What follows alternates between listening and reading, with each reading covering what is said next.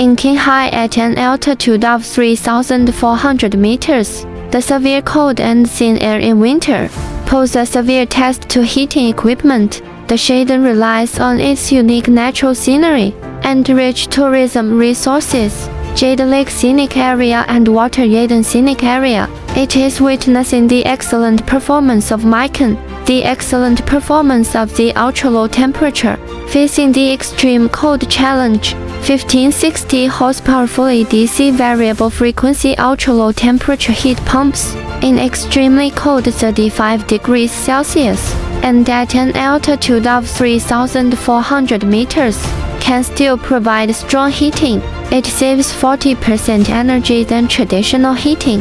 The intelligent AI defrosting technology not only keeps tourists warm, but also saves operating costs. It is a perfect heating solution for extremely cold areas.